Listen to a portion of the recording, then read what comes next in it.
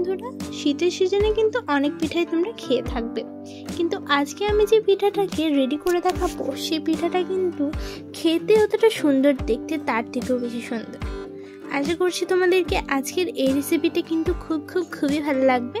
তো চলো এটার জন্য আমি কী কী উপকরণ নিয়েছি সেটা প্রথমেই জেনে নিই। কিন্তু তার আগে বন্ধুরা, এখনও পর্যন্ত যে বন্ধুগুলো আমার এই চ্যানেলটাকে সাবস্ক্রাইব করনি তারা অতি অবশ্যই আমার চ্যানেলটাকে সাবস্ক্রাইব করে নাও এবং পাশে বেল আইকনটা কিন্তু অবশ্যই ক্লিক করতে হবে যাতে আমার অল নোটিফিকেশন সর্বপ্রথম তোমাদের কাছে যেয়ে পৌঁছায়।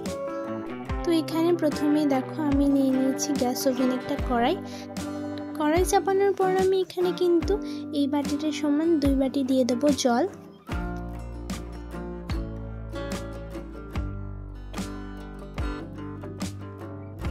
এর মধ্যে দিয়ে দিলাম হাফ চামচের মতো লবণ, সামান্য পরিমাণে লবণ দিলেই হবে বন্ধুরা। দেন আমি এটাকে কিন্তু ভালোভাবে ফুটিয়ে নেব। 2 কাপ পরিমাণ জলের জন্য লাগবে 1 কাপ পরিমাণ চাল গুঁড়ি। খুব সুন্দরভাবে দিয়ে দেওয়ার পর কিন্তু আমি এটাকে ঢাকনা দিয়ে 2 থেকে 3 মিনিটের মতো সিদ্ধ করতে দিয়ে দেব। তো আমি কিন্তু এটাকে সিদ্ধ করতে দিয়েছিলাম, দেন কিন্তু ভালোভাবে এটাকে মিক্স করে নেব।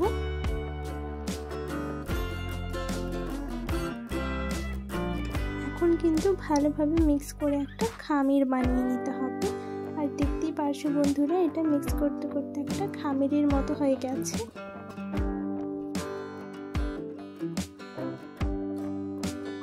এরপরে কিন্তু আমি এখানে কোড়া নারকেল দিয়ে দিলাম 3 থেকে 4 চামচের মতো। এটাকে ভালোভাবে দিয়ে দেওয়ার পর কিন্তু এটাকে মিক্স করে নিতে হবে। এখন এটা হাতে করে কিন্তু খুব ভালোভাবে আমি মুথে নিয়েছি।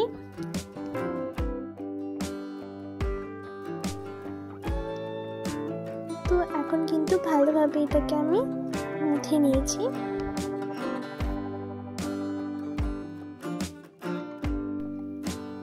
এখন আমি কিন্তু ঠিক এরকম ভাবে একটা শেপ দিয়ে দিচ্ছি রাউন্ড করে। তো এখন কিন্তু সবাই বলছে যে ঝাঁঝরাতে কিন্তু চুষি পিঠে হয়, মানে অধিকাংশ ইউটিউবারই বলছে ঝাঁঝরাতে নাকি চুষি পিঠে হয়। তো এখন আমি দেখিয়ে দিচ্ছি ঝাঁঝরাতে যে কতটা পরিমাণ সুন্দর চুষি পিঠাটা হচ্ছে। তো তার আগে কিন্তু আমি এটাকে ভালোভাবে একটু চাল গুঁড়ি দিয়ে কোট করে নিলাম। তো এখন বন্ধুরা আমি এটাকে বানিয়ে দেখিয়ে দিচ্ছি।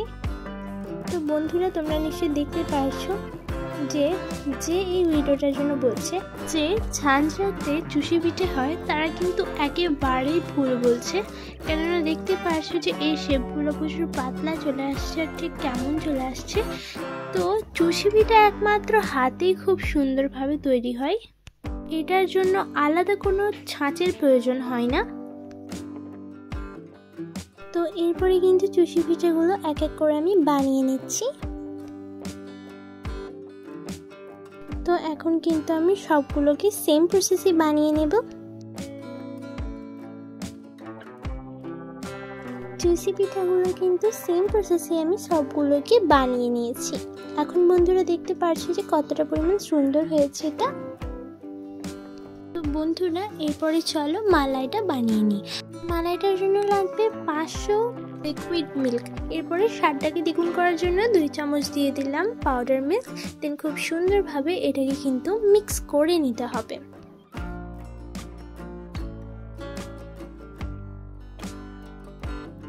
এরপরে আমি মিষ্টি অনুযায়ী দিয়ে দেব চিনি।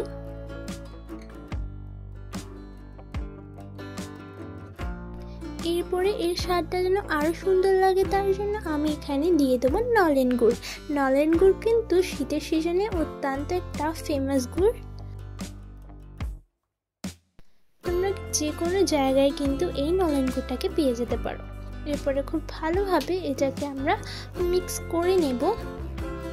এখন কিন্তু আমি এটাকে খুব ভালোভাবে মিক্স করে নিয়েছি। দেন আমি এখানে দিয়ে দেবো সেই পিঠাগুলোকে। এরপরে এখানে পিঠাটা দিয়ে দেওয়ার পর কিন্তু আমি এটাকে 15 মিনিটের মতো ফুটিয়ে নেব। তো 15 মিনিট এই মালাইটার মধ্যে আমি কিন্তু এটাকে ফুটিয়ে নিচ্ছি।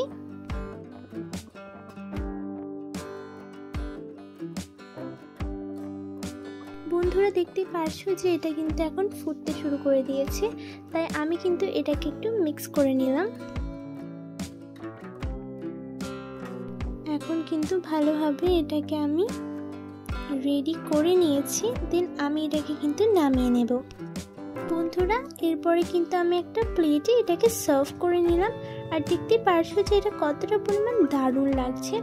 অবশ্যই কিন্তু শীতের সিজনে এটাকে ট্রাই করে দেখো। আজকের মতো বিদায় নিচ্ছি, ভালো থাকবে, সুস্থ থাকবে, আর পরে ভিডিওটার জন্য অপেক্ষা করবে।